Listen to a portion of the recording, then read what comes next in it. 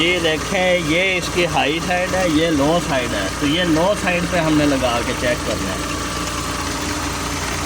ये इस तरह का जो अडेप्टर है ये बेहतर है, क्योंकि ये इससे गैस लीक नहीं होती। ये इसका पीछे से ये ऑन क्लोज और उसका इशू होता है। यहाँ पे अब इसको हमने लगाया।